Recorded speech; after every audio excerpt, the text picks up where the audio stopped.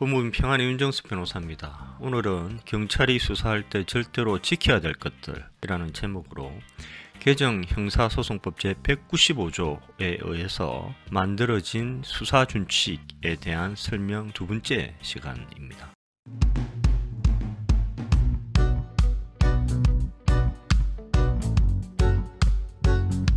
비록 그 수사 준칙에는 규정되어 있지 않지만 그 모법인 형사소송법에는 피의자로서 조사를 하기 전에 경찰은 진술 거부권과 변호인 조력권을 고지를 하게 되어 있습니다. 즉, 일체의 진술을 거부하거나 일부 진술을 거부할 수 있다. 두 번째, 진술을 거부하더라도 불이익을 받지 않는다. 세 번째, 진술 거부권을 포기하고 한 진술은 법정에서 유죄의 증거로 사용될 수 있다. 네 번째, 피의자 신문 시 변호인 조력권을 받을 수 있다. 이것을 고지를 해야 되고, 고지를 했다는 것에 대해서 피의자로부터 확인을 받아야 됩니다. 이렇게 진술 거부권 고지에 관한 규정을 생각을 해보면 왜 진술 거부권을 행사하지 않고 진술을 해야만 될까? 그런 의문이 들 수가 있죠. 왜냐하면 진술 거부권을 행사하더라도 불이익을 받지 않는다라는 것이고, 혹시나 진술 거부권 포기하고 진술 잘못하면 법정에서 유죄의 증거로 사용될 수 있다는 거 아닙니까? 그럼 왜 진술을 하죠? 근데 잘 생각을 해보면 진술 거부권을 행사한다라는 것은 진술을 통한 경찰 설득을 포기한다라는 것입니다.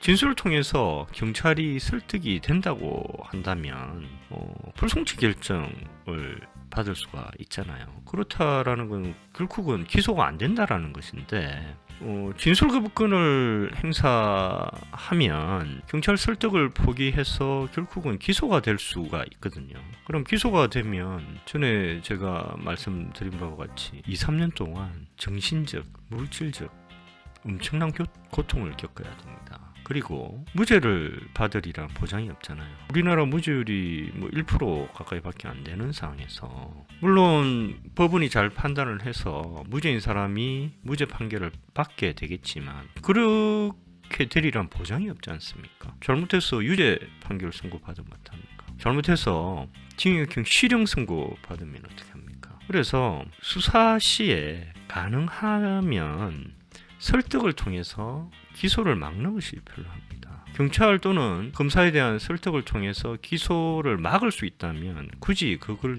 포기할 필요가 없는 것이죠. 그래서 제가 나중에 한 해 정도 할애해서 진술 거부권에 대해서 설명을 드릴 예정인데, 특단의 사정이 없는 한 진술 거부권은 행사하지 않는 것이 좋습니다. 즉, 설득이 가능하다고 한다면 진술 거부권은 행사하지 않는 것이 좋습니다. 수사 준칙에는 경찰로 하여금 피의자 신문 전에 수사 과정에서 법령 위반, 인권 침해 또는 현장 수사권 남용이 있는 경우에 검사에게 구제를 신청할 수 있음을 알려주어야 한다고 규정하고 있습니다. 저번에 제가 설명드린 바와 같이 수사권 조정으로 원칙적으로 수사는 경찰이, 인권 침해 감시자로서의 역할은 검사가 하게 규정이 되어 있지 않습니까? 그런데 피의자로부터 아까 고지한 그 구제 신청이 있으면 검사는 경찰에게 수사 기록의 등본을 송부해 줄 것을 요청을 할 수 있고, 그러면 경찰은 수사 기록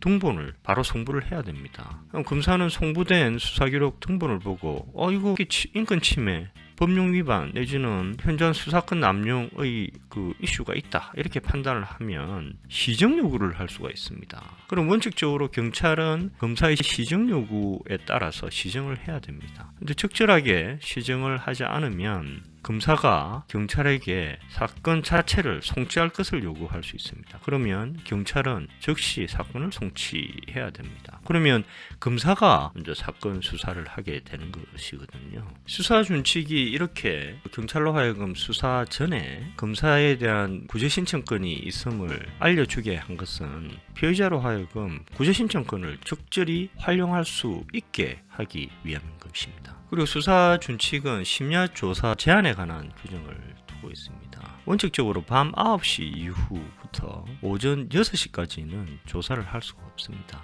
단 이미 끝난 조서의 열람은 가능합니다. 예를 들어서 조사를 쭉 진행하다가 밤 9시에 조사가 딱 끝났어요. 그러면 조서의 결과물인 조서를 프린트 해가지고 피의자 그리고 변호인 읽어봐야 되지 않습니까? 그거는 밤 9시 이후에도 가능하다라는 것입니다. 근데 실제 조사는 밤 9시까지만 가능하다라는 것입니다. 물론 예외가 있습니다. 그런데 그것은 말 그대로 예외일 뿐이고 원칙적으로는 밤 9시부터 아침 6시까지는 조사를 할 수 없다. 그렇게 알고 계시면 되겠습니다. 그리고 수사 준칙에는 장시간 조사 제한에 관한 규정이 있습니다. 첫 번째는 대기시간, 휴식시간, 식사시간, 조사 열람 시간 등 모든 시간을 합산해서 시간이 12시간 이상을 넘기면 안 됩니다. 예를 들면 경찰에 아침 9시에 갔지 않습니까? 저녁 9시에는 여하튼 경찰에서 나올 수 있도록 그렇게 해야 된다는 겁니다. 그리고 두 번째, 실제 조사 시간은 8시간을 넘기지 말아야 됩니다. 예를 들어서 아침 9시부터 실제 조사를 시작했지 않습니까? 조사를 쭉 하다가 12시부터 1시까지 점심을 먹었다. 그러면 저녁 6시까지는 실제 조사가 끝나야 됩니다. 그러니까 실제 조사는 8시간 이상을 넘기면 안 된다는 겁니다. 그리고 세 번째는 조사 마친 후 8시간 이내에는 다시 조사를 할 수가 없습니다. 예를 들면 심야 조사에 동의를 해서 밤 12시까지 조사를 했지 않습니까? 그렇다면 오전 8시 이전에는 조사를 시작할 수 없다는 것입니다. 그리고 네 번째는 2시간 조사마다 최소한 10분 이상의 휴식을 줘야 됩니다. 그리고 수사 준칙에는 피의자 등이 제출한 서류는 필히 기록에 편철하도록 하는 그런 규정이 있습니다. 즉 피의자, 참고인 또는 변호인이 제출한 의견서라든지 증거는 필히 기록에 편철을 해야 됩니다. 이전에는 어떤 경우가 있었냐면 예를 들면 경찰이 이 사람 구속시켜야 되겠다 이렇게 생각을 하면 피의자 또는 변호인이 제출한 서류를 기록에 편철을 안 하는 겁니다. 그러면 검사가 피의자가 제출한 증거를 볼 수가 없어서 구속영장을 청구를 하고 판사님도 볼 수가 없어서 구속영장이 발부되는 경우가 있을 수가 있거든요. 그래서 이런 것을 막기 위해서 피의자, 참고인, 변호인이 제출한 서류는 무조건 기록에 편철하도록 하고 있습니다. 그리고 수사 준칙에는 체포 구속 시 경찰이 어떻게 해야 되는지에 관한 규정이 있습니다. 첫 번째는 미란다 원칙 고지입니다. 경찰이 피의자를 체포할 때는 피의 사실의 요지, 체포 구속의 이유, 체포 구속의 이유는 이게 현행범 체포인지, 체포영장에 의한 체포인지, 아니면 긴급 체포인지 그걸 알려줘야 된다는 거고, 그리고 피의자에게 변호인을 선임할 권리가 있다라는 거, 그리고 체포할 때는 필히 피의자에게 변명할 기회를 줘야 됩니다. 이런 피의 사실의 요지로 당신을 예를 들면 현행범 체포하는데 당신 할 말이 있습니까? 이렇게 물어봐야 된다는 겁니다. 그러면 예를 들면 피의 사실이 잘못됐습니다. 아니면 저는 현행범 아닙니다. 이렇게 변명을 할 수가 있지 않습니까? 이렇게 피의자로 하여금 변명을 할 기회를 줘야 된다는 것이고, 마지막으로 진술 거부권을 고지하게 하고 있습니다. 아까 말씀드린 대로 일체의 진술을 거부할 수 있다. 진술 거부권 포기하고 한 진술은 이후 법정에서 유죄의 증거로 사용될 수 있다. 이것을 고지하게 하고 있습니다. 그리고 두 번째는 체포 후 24시간 이내에 변호인이 있으면 변호인이 없으면 피의자가 지정하는 사람에게 사건명, 체포 구속의 일시 장소, 체포 구속의 이유와 변호인을 선임할 수 있음을 통지해야 된다. 이렇게 규정하고 있습니다. 형사소송법에는 지체 없이 통지해야 된다. 이렇게 규정하고 있는데 수사 준칙에서는 그 시간을 체포 후 24시간 이내로 특정을 하고 있습니다. 수사 준칙에서 이렇게 체포 통지 시간을 체포 24시간 이내로 한정을 한 이유는 구속영장 청구 단계에서 변호인의 실질적인 조력을 보장하기 위해서입니다.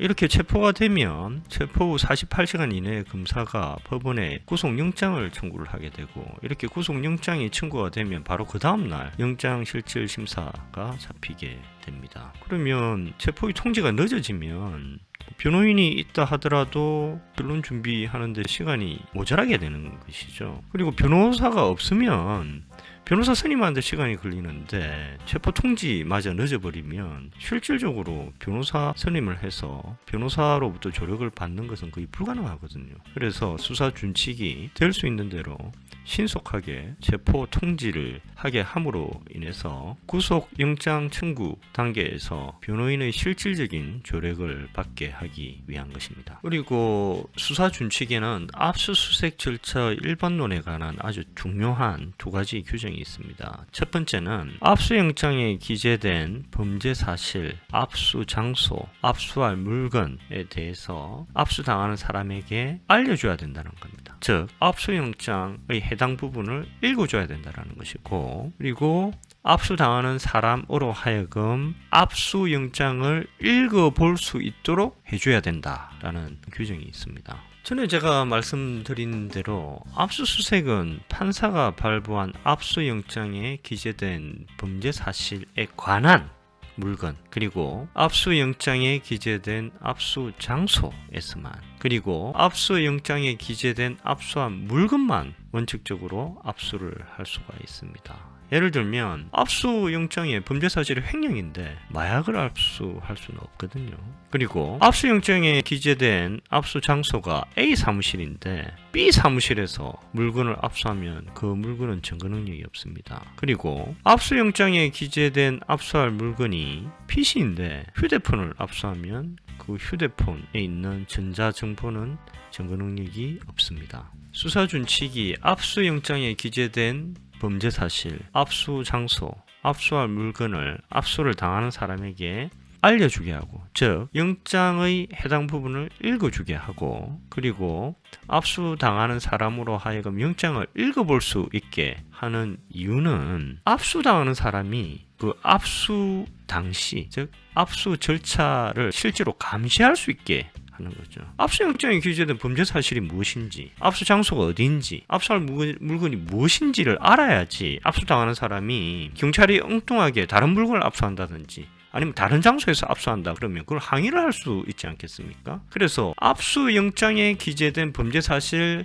압수 장소, 압수할 물건을 알아야지 실질적으로 압수 절차를 감시할 수 있지 않겠습니까? 그래서 압수 당하는 사람으로 하여금 압수 절차를 실질적으로 감시할 수 있게 하기 위해서 이렇게 압수영장이 기재된 범죄 사실, 압수 장소, 압수할 물건을 압수를 당하는 사람에게 읽어주게 하고 압수 당하는 사람이 압수영장을 읽을 수 있도록 하게 하는 것입니다. 그리고 수사준칙이 이 규정을 둔 이유는 이후에 압수 절차에 관한 불복 절차가 있어요. 그게 준항고라는 절차인데 그 준항고 절차에서 실질적으로 압수 절차가 위법함을 다툴 수 있게 하기 위한 것입니다. 이것은 이후 재판 절차에서도 동일하겠죠. 압수당하는 사람이 압수영장에 기재된 범죄 사실이 무엇인지, 압수 장소가 어디인지, 압수할 물건이 무엇인지를 알아야만 이후에 불복 절차에서 실질적으로 다툴 수 있지 않겠습니까? 그래서 수사준칙이 이러한 그 규정을 둔 것은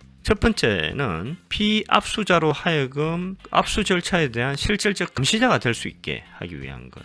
그리고 두 번째는 이후 불복 절차에서 실질적으로 다툴 수 있게 하기 위한 것입니다. 수사준칙에서 이 규정이 왜 중요한가 하면 형사소송법에는 뭐라고 규정되어 있냐면 압수당하는 사람에게 압수영장을 제시하면 된다고 되어 있거든요.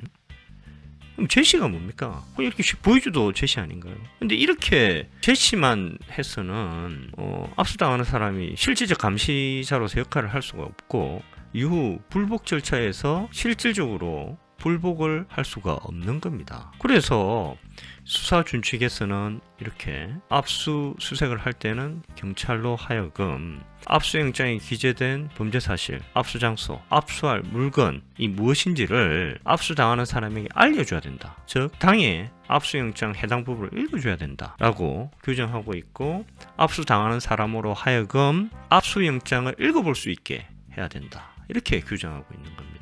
아주 중요한 규정입니다. 아주 획기적인 규정이라고 저는 생각을 합니다. 그리고 수사준칙에서 규정하고 있는 압수수색 절차에 관한 일반 규정 두 번째는 압수 대상이 여러 명일 경우에는 개별적으로 영장을 제시하라고 규정하고 있습니다. 예를 들면 A 회사에 압수수색이 나갔어요.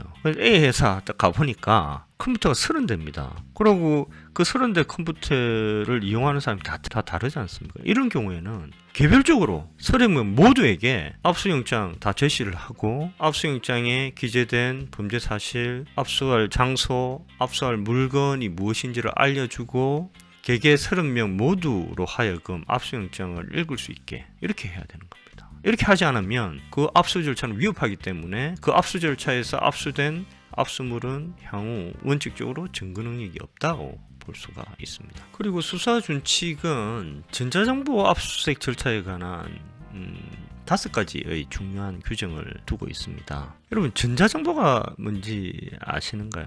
전자정보는 한마디로 파일입니다. 컴퓨터에 있는 파일 또는 휴대폰에 있는 파일, 동영상 파일일 수도 있고 사진 파일일 수도 있고 아니 문서 파일일 수도 있지 않습니까? 이 파일입니다. 우리가 하드카피 되어 있는 거는 이건 전자정보는 아니죠. 그런데 이 파일 형태로 된 것을 전자정보라고 할 수 있습니다. 전자정보는 참 특성이 있죠. 일단은 조작이 가능한 겁니다. 예를 들면 장부 이런 거 조작하면 흔적이 남잖아요. 근데 전자정보는 조작하면 흔적이 안 남지 않습니까? 조작이 아주 쉽다라는 그런 특성이 있고, 두 번째 특수성은 아주 대량이라는 겁니다. 컴퓨터 한 대 압수수색하면 전자정보가 수십만 개 나와버립니다. 엄청나게 대량이라는 거죠. 이 말은 무슨 말이냐면 컴퓨터 한 대 압수수색을 하면 엄청나게 많은 양의 정보를 압수수색하게 되는 것이고 엄청나게 많은 양의 정보를 수사기관이 획득할 수 있다는 겁니다. 그리고 세 번째는 전자정보는 인간의 마음하고 비슷합니다. A라는 사람의 휴대전화를 압수수색을 해버리면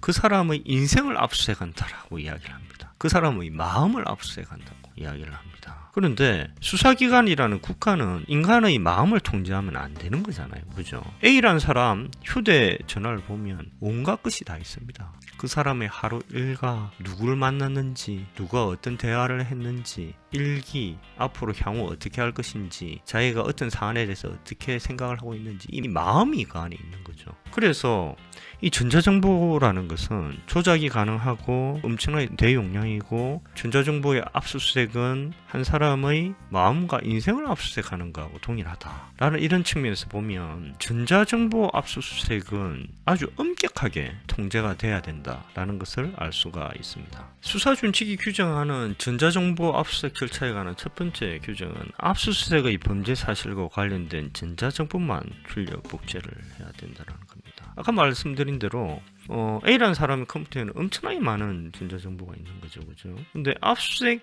영장에 있는 범죄 사실이 예를 들면 횡령이라고 그러면 횡령과 관련된 전자정보만 그 현장에서 압수수색을 해야 된다라는 겁니다. 횡령과 관련되지 않은 예를 들면 마동 포르노물이라든지 이런 건 압수수색을 해서는 안 된다라는 겁니다. 그럼 어떻게 해야 되느냐?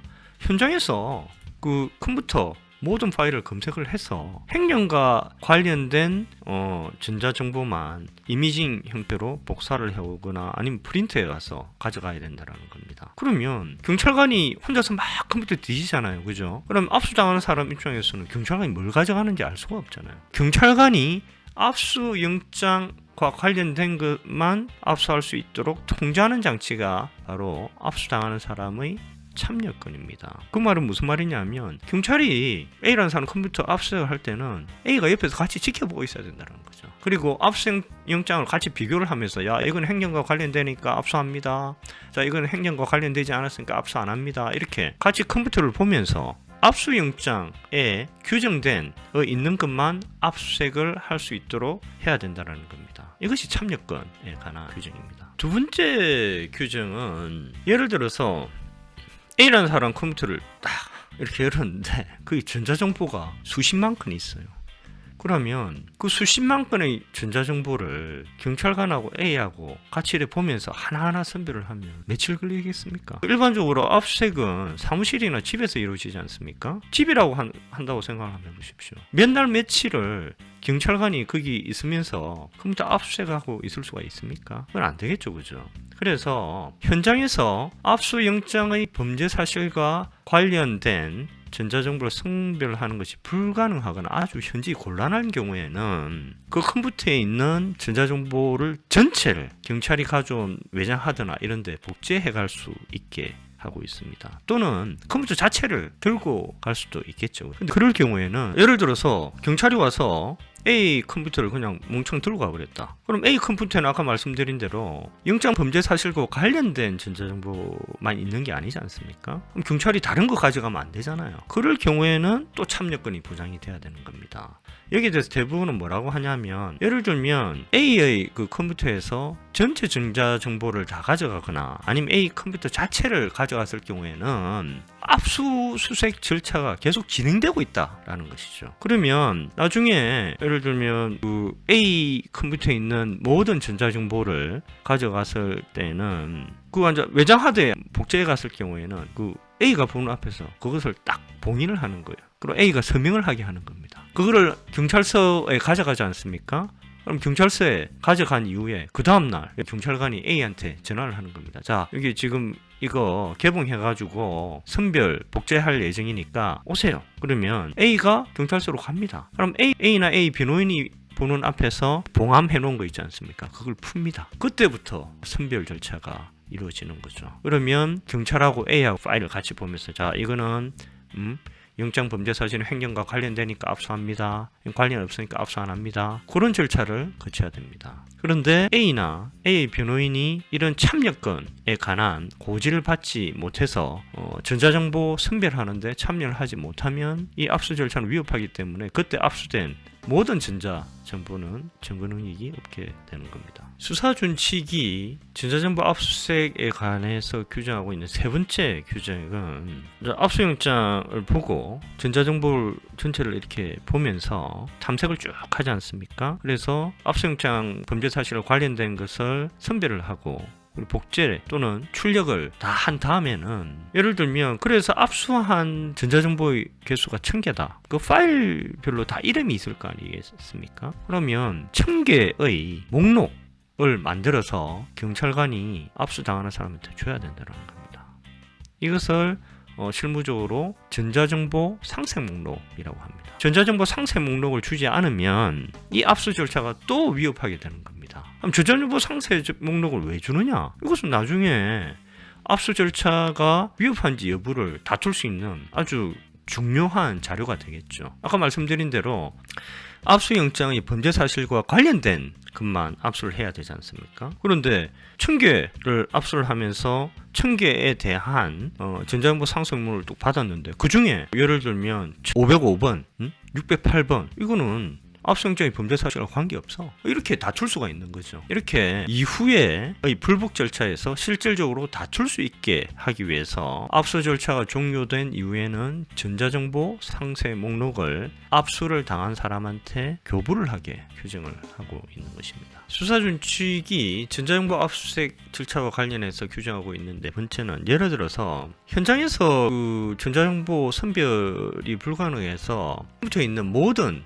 전자정보를 다 압수해 가거나 컴퓨터 자체를 압수해 갔을 때는 이후 선별 절차를 거쳐서 압수영장에 기재된 범죄 사실과 관련되지 않은 자료를 경찰이 가지고 있는 거지 않습니까? 그럴 경우에는 즉시 그걸 폐기를 해야 되는 겁니다. 왜냐하면 압수영장에 기재된 범죄 사실과 관련 없는 전자정보는 경찰이 가지고 있을 근원이 없는 거잖아요. 즉시 폐기를 해야 된다는 겁니다. 그래서 이렇게 압수영장의 범죄 사실과 관련되지 않은 전자정보를 폐기를 했을 경우에는 폐기한 전자정보의 목록을 만들어가지고 이걸 폐기했다라는 그런 확인서를 압수당한 사람한테 교부를 해야 된다라는 것입니다. 수사준칙이 규정하고 있는 전자정보 압수수색 절차에 관한 다섯 번째는, 피의자 또는 압수당하는 사람이 압수 절차에 관해서 의견을 제시를 할 경우에는 압수조서에 이를 기재하여야 한다고 규정하고 있습니다. 이 규정이 왜 중요하냐면 그 압수 절차가 위협하다고 판시를 하면서 당해 압수 절차에서 압수된 압수물의 증거 능력을 부인하는 그 판결문을 보면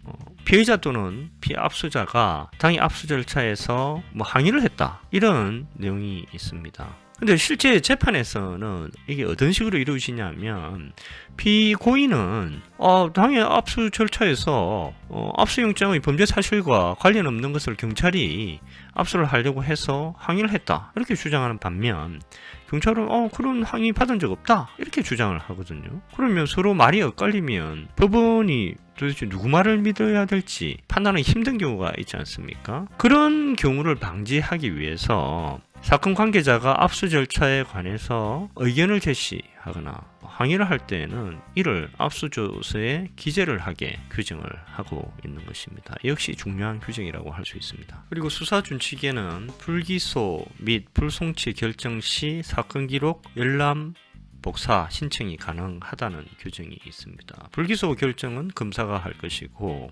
불송치 결정은 경찰이 할 것인데 이렇게 불기소 또는 불송치 결정이 되었을 경우에는 피의자 또는 고소인은 사건 기록 전체 또는 일부에 대해서 열람 그리고 복사 신청이 가능하다는 겁니다. 이럴 경우에 경찰 또는 검사는 사건 관계인의 개인정보, 예를 들면 주민등록번호, 주소, 이런 게 있을 경우, 그리고 영업비밀, 사건 관계인은 영업비밀이 있을 때는 복사해주면 안 되잖아요, 그죠? 영업비밀은 비밀로 붙여줘야 되는데 사건 관계인이라 해가지고 그걸 복사해줘 버리면 영업비밀이 누설이 돼버리는 거지 않습니까? 그리고 영업비밀 침해, 그리고 범인의 그 증거인멸 또는 도주를 용이하게 하는 등 규정된 이런 정당한 사유가 없으면 원칙적으로 기록의 전부 또는 일부를 복사해주게 규정을 하고 있습니다. 이 규정은 특히 이의신청권 또는 항고권의 적절한 행사를 위해서 필요합니다. 경찰이 불송치 결정을 했을 경우에는 이의신청을 하게 될 것이고 검사가 불기소 결정을 했을 경우에는 항고를 하게 될 것인데 이렇게 이의신청을 하거나 항고를 하는 경우에 도대체 피의자가 구체적으로 뭐라고 주장을 했는지 그리고 피의자가 어떠한 증거를 제출했는지 고소인이 알아야 적절하게 이의신청을 하거나 또는 항고권을 행사할 수 있지 않겠습니까? 그래서 이 규정은 이의신청권 그리고 항고권의 실질적 보장을 위해서 아주 중요한 규정이라고 할 수 있습니다. 근데 검찰은 지금까지 어떻게 해왔냐면 피의자가 사건 기록을 복사 신청을 하면 피의자가 진술하거나 또는 피의자 스스로가 제출한 증거만 복사를 해줬어요. 그리고 고소인이 사건 기록 복사 신청을 하면 고소인이 진술한 부분 또는 고소인 스스로가 제출한 증거만을 복사를 해줬거든요. 이게 무슨 의미가 있습니까? 자기가 진술한 거, 자기가 제출한 증거는 자기가 진술한 거는 자기가 뭐 진술했는지 알지 않습니까? 그리고 자기가 제출한 증거는 자기가 지금 가지고 있어요. 그걸 복사해줄 의미가 어떤 의미가 있습니까? 그래서 이 법규 명령인 수사준칙에 이렇게 규정이 된 이상 복사의 범위를 좀 전향적으로 넓힐 필요가 있습니다. 그래서 경찰이나 검찰은 이렇게 복사의 범위를 넓혀서 국민으로부터 수사에 대해서 적절한 통제를 받는다라는 인식의 전환이 필요할 것입니다. 이렇게 수사 기록 내지는 사건 기록을 많이 복사를 해주면 사건 관계인이 야 이거는 수사 제대로 안 됐네, 야 이거는 진짜 문제 있는 수사야, 이걸 알 수 있지 않겠습니까? 그러면 정확하게 거기에 대해서 이의를 제기할 수도 있고 내지는 항고권 행사를 통해서 거기에 대해서 적절한 주장을 할 수 있지 않겠습니까? 그래야지 수사가 적절하게 되겠죠. 이렇게 궁극적으로 수사를 통제하는 사람은 국민입니다. 수사를 통제하는 사람이 국민이라는 시각을 경찰이나 검사가 가질 필요가 있습니다. 국민으로 하여금 수사를 적절하게 통제할 수 있는 가장 유효적절한 수단은 사건 기록을 될 수 있는 대로 광범위하게 국민에게 복사해 주는 겁니다. 그래서 국민으로 하여금 수사를 적절하게 통제하게 하는 겁니다. 이런 측면에서 수사준칙에서 이 규정은 아주 중요한 규정이라고 할 수 있습니다. 다음으로 수사준칙 위반의 효과가 무엇인지에 대해서 좀 설명을 드리겠습니다. 수사준칙은 대통령령입니다. 법규명령에 해당합니다. 그래서 형사소송법하고 같은 법률적인 위상을 가집니다. 여러분이 다 아시다시피 법에도 이렇게 위계가 있어요. 위계 질서가 있는 겁니다. 제일 높은 게 헌법이겠죠. 그 다음에 법률이에요. 그 다음에 법규명령이라는 게 있고 제일 밑에 있는 게 행정규칙이라는 게 있습니다. 수사준칙은 여기서 법규명령에 해당하는 겁니다. 법규명령이 뭐냐 하면 법률 법률은 국회에서 한적 입법을 하는 건데 법률이 여러 세부 사항을 항상 국회의원들이 모여서 본회의에서 이렇게 통과시킬 수 없지 않습니까? 그래서 법률에서 일정한 한계를 정해서 내지는 구체적인 내용을 정해서 대통령이나 또는 장관에게 그 세부 내용을 위임을 하게 하는 경우가 있습니다. 그 중에서 국민의 권리와 의무에 직접적으로 관련된 것을 법규명령이라고 하거든요. 그래서 수사 준칙은 이 법규명령입니다. 이 말은 뭐냐 하면 법률하고 한 몸이 되어가지고 거의 법률적인 위상을 가지게 된다는 겁니다. 즉 형사소송법하고 거의 동급인 규정이라는 것이죠. 이전에 검찰 사건 사무규칙, 이렇게 법무부령이라고 해서 유사한 규정이 있었거든요. 근데 이건 법무부령입니다. 근데 수사준칙은 대통령령으로서 법규명령이거든요. 아까 제가 말씀드린 대로 형사소송법과 거의 동일한 위상입니다. 즉 수사준칙을 위반하면 형사소송법을 위반한 것과 그 동일한 효과가 나는 것이죠. 그래서 예를 들면 세포시의 수사준칙이 규정하는 사항을 지키지 않으면 석방을 해야 되는 겁니다. 그리고 조사를 할 때 수사준칙이 규정하는 사항을 지키지 않으면 그때 작성된 피해자 신문조서, 진술조서는 증거 능력이 없습니다. 특히 중요한 것은 압수수색 절차에 위반한 경우에 압수물의 증거 능력에 관한 겁니다. 아까 제가 말씀드린 대로 수사준칙이 압수수색 절차 일반 그리고 전자정보 압수 절차에 관한 여러 규정을 두고 있지 않습니까? 예를 들면 압수수색 절차 일반과 관련해 가지고 경찰이 압수수색을 할 때 압수영장에 기재된 범죄 사실, 압수 장소, 압수할 물건을 압수당하는 사람한테 구체적으로 알려주지 않으면 그 압수수색 절차는 위협한 게 되는 거거든요. 그럼 그 압수수색 절차에서 압수된 전자정보나 압수물은 전부 다 날아가 버립니다. 그래서 이 수사준칙의 그 준수가 아주 중요한 거죠. 우리가 수사를 하거나 재판을 하다 보면 압수수색 절차에서 압수된 압수물이 결정적인 증거인 경우가 거의 대부분입니다. 그런데 수사준칙이 규정하고 있는 압수수색 절차에서 경찰이 지켜야 될 사항을 경찰이 지키지 않으면 이렇게 결정적인 증거가 다 날아가 버립니다. 예를 들면 그 사건이 살인사건이라 해보십시오. 피해자의 혈흔이 묻은 칼, 근데 그 칼에는 피의자의 지문이 묻어 있어요. 이건 결정적인 증거지 않습니까? 그런데 수사준칙이 규정하는 압수수색 절차 규정을 준수하지 않으면 이렇게 결정적인 증거가 날아가 버립니다. 그래서 살인사건에서 무죄가 될 수가 있는 거죠.